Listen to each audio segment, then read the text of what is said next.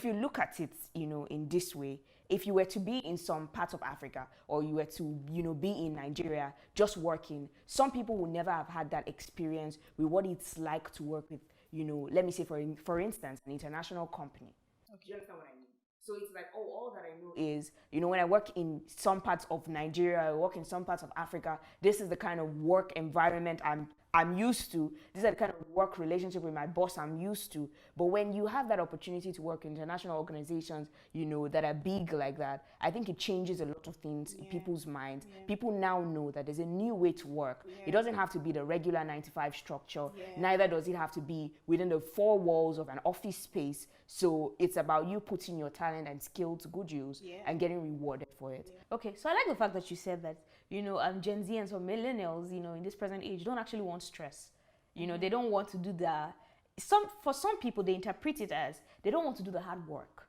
They just want, this work that looks sort of easier, or the one that, brings a lot of, remuneration quicker. You understand what I'm trying to say? Yeah, I feel you. So now the thing is, with this rise of unconventional job types, that is, happening currently, do you think there's any problem? Do you think there will be a time when people go to the hospital and they're like, there's no doctor because doctors are getting scarce? Let's remember that, the nature of the medical practice is one that is very critical. Let's, talk about law as well. I know that in this part of the world, we have a very high population of young people. So, but do you envision a time when it could be a problem that these core practice, these core careers that, it seems that people are moving away from, there could be a problem where people walk into the hospital one day and then there's no doctor because the doctor is probably creating content?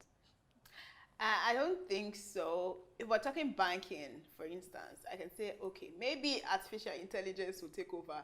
I really do not care because I hate bankers. They're too rude. Wow. But for the number of people who graduate from medicine, law, and the university year in, year out, there are a lot of them.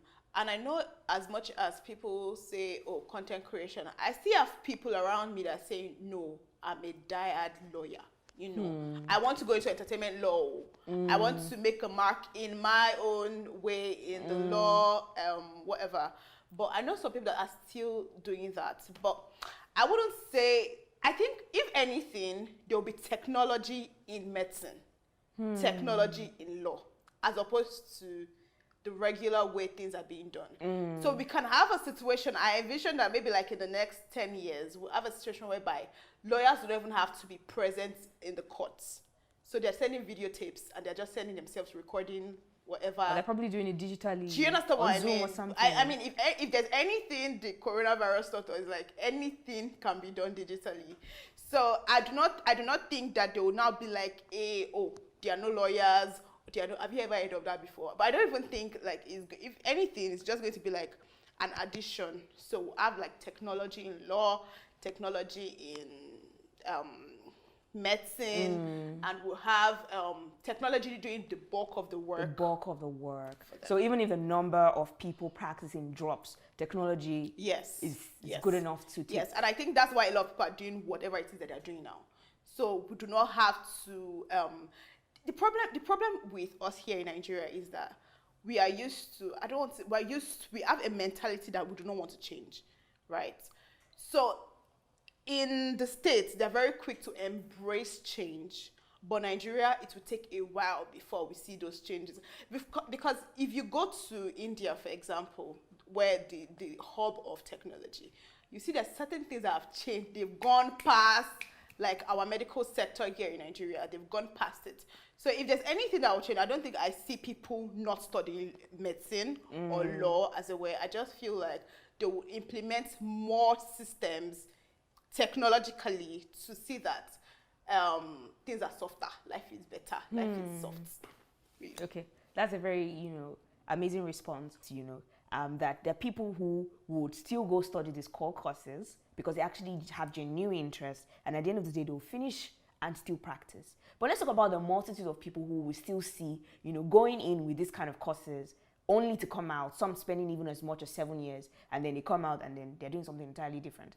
Now, a lot of times, most times, don't you think this is a waste of time? Because sometimes these people are not learning this skill that they actually want to build a career around. They're just focusing on, let's say, for example, medicine. And then they get out and they're like, it's not the medicine for me. They drop the certificate and they start trying to find something else to do. So what do you think about, that? Do you think it's a waste of time? Do you think people should just not bother? Does that sound like a waste of time? Yes, it does sound like a waste of time. It is a waste of time. You see a lot of YouTubers, the Maume, and even normal content creators say things like, oh, if I had known that, okay, so how YouTube came to Nigeria, or how content creation came to Nigeria, so it was not very popular till the likes of Toke, Dima started doing things, and now they paved the way for us. So you see them say things like, oh, well, instead of going to the university and even having a master's degree in business, they would rather have studied maybe editing, videography or something. Because it's now very much related to whatever it is that they're doing now. But you know how they say, not all knowledge is lost and everything. I feel like there are some courses that are very universal. Courses like a business, no matter the occupation you're doing or whatever it is that you're involved in, you would always need to calculate money, because that's very important. You always need to do cost price, selling price, and all of that. And all that. So there are some courses that are universal. No matter what you studied in the uni, it's still very much applicable in the real world. So those kind of people, I would not exactly say they wasted their time, but I feel like there should be like a reorientation. You shouldn't enter a university unsure of what you're doing. You shouldn't enter the university not having a clear, it may not be clear, it can still be blurry, but having okay, so once I'm entering, this is what I want to do in my life. There should be that knowing, except on rare occasions where people just say, okay, I wanted to do this, that maybe there's like a force that says, okay, don't do this anymore. You know what I mean? So there could be that, but I feel like people should have an orientation as to what they want to do before they go in. Yes, I remember one of my friends, she had failed JAB like 4 times. We finished high school together, went to high school together. And like the 5th year, I'm just done. I'm not a mommy, but I'm just done. I'm like, if you have interest in sewing, right, why not just go abroad? Because I know our parents had the ability to. They're financially okay. So why can't you just go abroad and study how to sew? The arts, the hearts of sewing, and just come to Nigeria and be better for it. Why must you go to university and go and study public administration? I don't get it. Like, why?